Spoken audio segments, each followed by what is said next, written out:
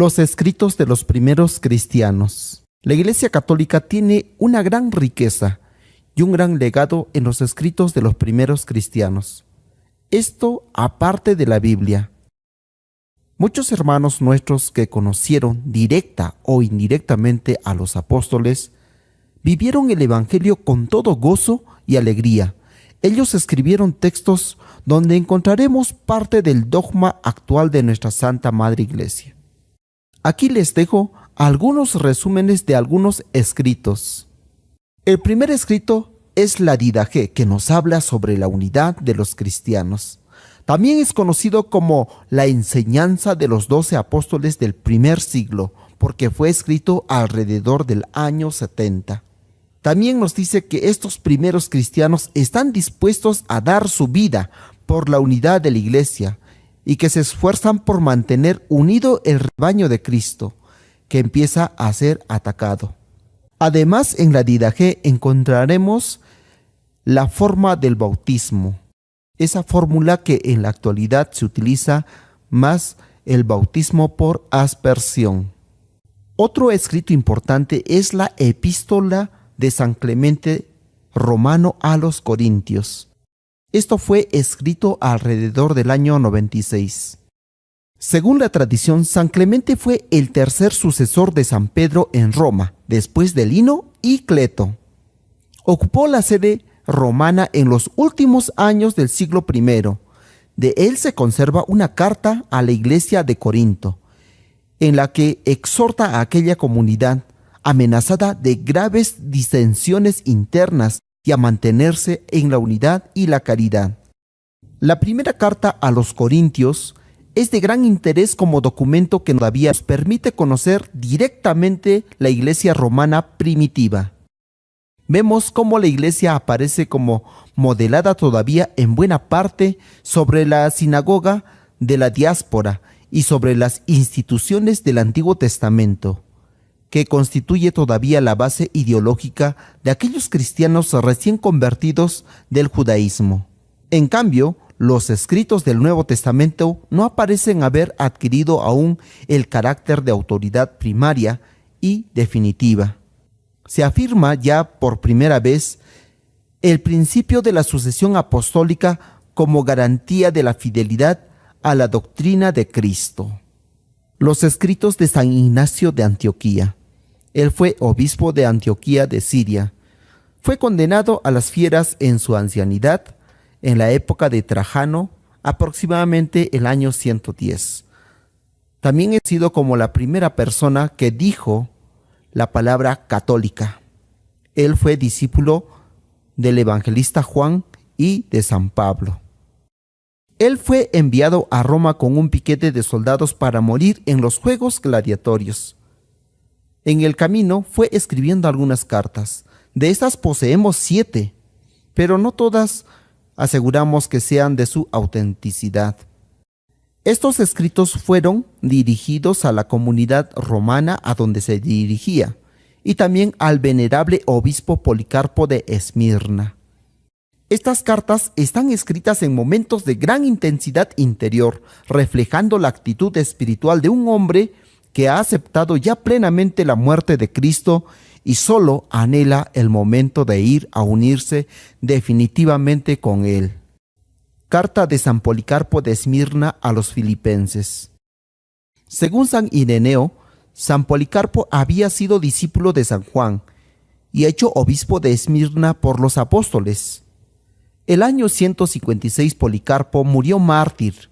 Conocemos los detalles de su martirio por una carta contemporánea que lo relata y que forma parte del grupo que en sentido amplio llamamos Acta de los Mártires. De las varias cartas que San Policarpo escribió a las iglesias vecinas y a otros obispos, de las que tenía conocimiento Ireneo, nos ha llegado solo una epístola a los filipenses, con la que acompañaba una copia de las de San Ignacio. En realidad, es probable que se trate de 2 cartas escritas con unos años de diferencia y que al ser copiadas juntas han llegado a unirse, pues la nota acompañando al envío no parece estar muy de acuerdo con la extensión y el tipo de temas que tratan después y que recuerdan la de Clemente de Roma a los Corintios. En ella insiste en que Cristo fue realmente hombre y realmente murió, y que hay que obedecer a la jerarquía de la iglesia, que hay que practicar la limosna y que hay que orar por las autoridades civiles. La carta a Diogneto es una carta anónima escrita aproximadamente el año 158. Se trata de un breve tratado apologético dirigido a un tal Diogneto, que al parecer había preguntado acerca de algunas cosas que le llamaban la atención sobre las creencias y modo de vida de los cristianos, como por ejemplo, ¿cuál es ese Dios en el que tanto confían? ¿Cuál es esa religión que les lleva a todos ellos a desdeñar al mundo y a desear la muerte, sin que admitan, por una parte, los dioses de los griegos, ni guarden, por otra, las supersticiones de los judíos? ¿Cuál es ese amor que se tienen unos a otros? ¿Y por qué esta nueva raza o modo de vida apareció ahora y no antes? El desconocido autor de este tratado, compuesto seguramente a finales del siglo II, va respondiendo a estas cuestiones en un tono más de exhortación espiritual y de instrucción que de polémica o argumentación. Literalmente es sin duda la obra más bella y mejor compuesta de la literatura apologética. Sus formulaciones acerca de la postura de los cristianos en el mundo o del sentido de la salvación ofrecida que Cristo son una justeza y una penetración admirables. Selección de textos de las obras de San Justino. De sus variados escritos, solo conservamos 2 apologías escritas en defensa de los cristianos, dirigidas al emperador Antonino Pío, y una obra titulado Diálogo con el judío Trifón, donde defiende la fe cristiana de los ataques del judaísmo. En esta obra relata autobiográficamente su conversión. En las apologías admira su exposición el profundo conocimiento de la religión y mitología pagana, que se propone refutar, y de las doctrinas filosóficas más en boga. Cómo intenta utilizar cuanto de aprovechable encuentra en el bagaje cultural del paganismo, su valentía para anunciar a Cristo, sabiendo que se jugaba la vida, y su capacidad de ofrecer los argumentos racionales más adecuados a la mentalidad de sus oyentes. Las confesiones de San Agustín, en el sentido bíblico de la palabra confiteor, no un conocimiento o una declaratoria, sino la alabanza de un alma que admira la obra de Dios dentro de sí misma.